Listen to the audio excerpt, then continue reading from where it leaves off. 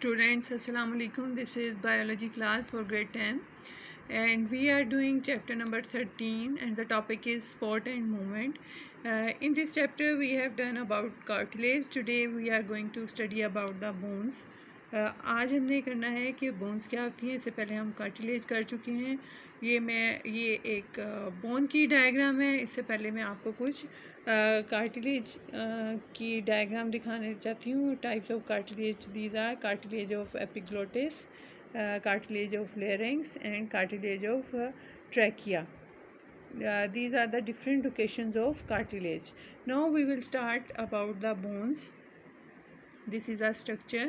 There are bone is the hardest connective tissue in body. अगर आपसे पूछा जाए कि bones क्या हैं तो these are the hardest connective tissues हैं. Bones not only move, support and protect the various parts of the body but also produce red and white blood cell and store minerals. सिर्फ ऐसा नहीं है कि bones जो हैं वो protect करती हैं वेरियस पार्ट्स को, बॉडी के मूवमेंट में हेल्पफुल हैं या सपोर्ट करती हैं, प्रोटेक्ट करती हैं, but they also produce red and white blood cells and store mineral that is not happen in cartilage. This is a difference from cartilage and bone के cartilage में red blood cell नहीं होते लेकिन bones में होते हैं. The hard outer layer of bone is called compact bone. As you can see here, this is compact bone. वैसे भी अगर आप किसी हड्डी को माइंड में लाएं, आप खाना खाते हैं, चिकन खाते हुए या मीट आप दूसरा खाते हैं तो बाहर एक सख्त सा जो हिस्सा होता है और वो क्या कहलाता है, कॉम्पैक्ट बोन. और जो अंदर नरम हिस्सा होता है और जो रेड भी होता है उसको हम कहते हैं spongy bone. Spongy bone contain blood vessels and bone marrow. इसी में ब्लड वेसल्स भी होती हैं और बोन मैरो भी होते हैं, इसी वजह से ये रेड भी होती हैं. ठीक है, यहाँ आप ये तीनों स्ट्रक्चर देख सकते हैं, compact bone, spongy bone and bone marrow. Like cartilage the matrix of bone also contain collagen. जैसे कार्टिलेज जो है वो कोलाजिन फाइबर से, ये भी यहाँ पे भी कोलाजिन्स होते हैं, but it also contains minerals, calcium and phosphate, लेकिन इसमें कैल्शियम और फॉस्फेट भी होते हैं. We know that cartilage contains a single type of cell. On the other hand, bones contain different types of cells. The mature bone cells are called osteocytes. जो mature होते हैं cells, उनको क्या कहते हैं, osteocytes.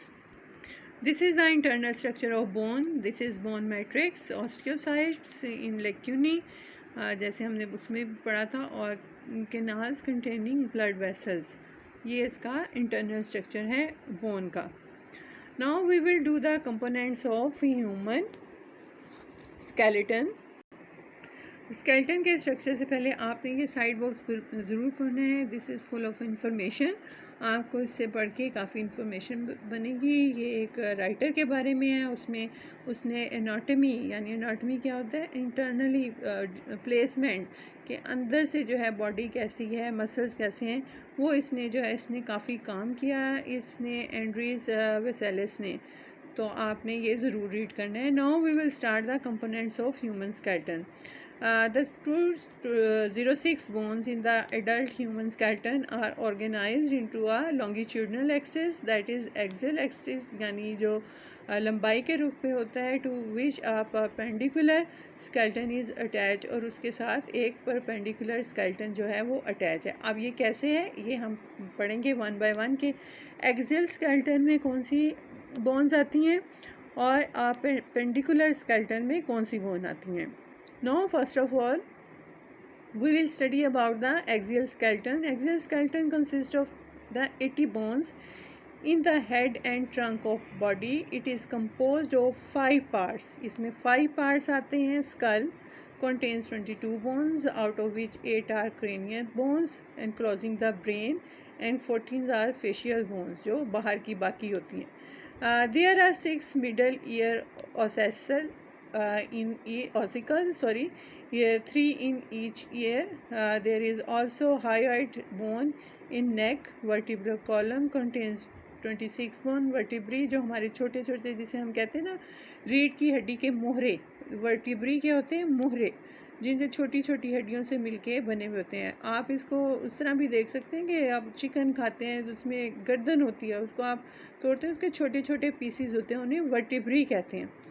The chest made of chest bone called sternum and 12 pair of ribs. ये सब के सब किस में आते हैं? एक्सियल स्केलेटन में।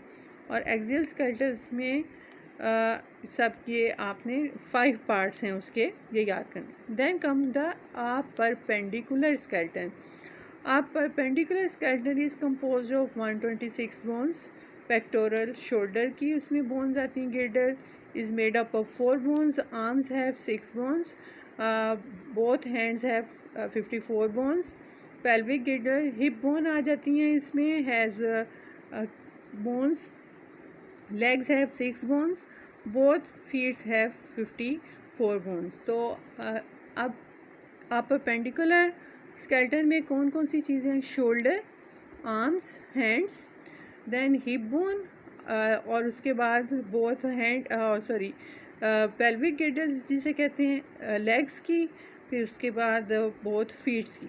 ठीक है, तो ये फ़र्क है एक्सियल स्केलेटन में और परपेंडिकुलर स्केलेटन में। अब ये स्केलेटन में आप देखें, आप यहाँ देख सकते हैं कि ये वाला जो पोर्शन है, यहाँ से स्कल से लेकर यहाँ तक, ये पोर्शन कहलाता है एक्सियल स्केलेटन। ठीक है, जिसमें स्कल्स की आ गई, रिब्स आ गए, बैकबोन आ गए। जो परपेंडिकुलर यानी इस रुख पे जो है, उसमें ये देखें शोल्डर बोन, आर्म्स की बोन, हैंड्स के फिंगर्स की बोन्स। ठीक है, और फिर उसके साथ पेल्विक, ये आर्म्स की लेग्स की बोन, हिप बोन, और उसके बाद फीट। और आप ये देख सकते हैं कि thigh bone are the longest bone of the human skeleton. ये सारा जो है ब्लू पोर्शन है, ये परपेंडिकुलर स्केलेटन है, और जो ये पिंक पोर्शन है, ये सारा एक्सियल स्केलेटन है। You have to read these side boxes. These are very important and you will gain very much information from these boxes. That's all for today. Allah Hafiz and complete your work immediately.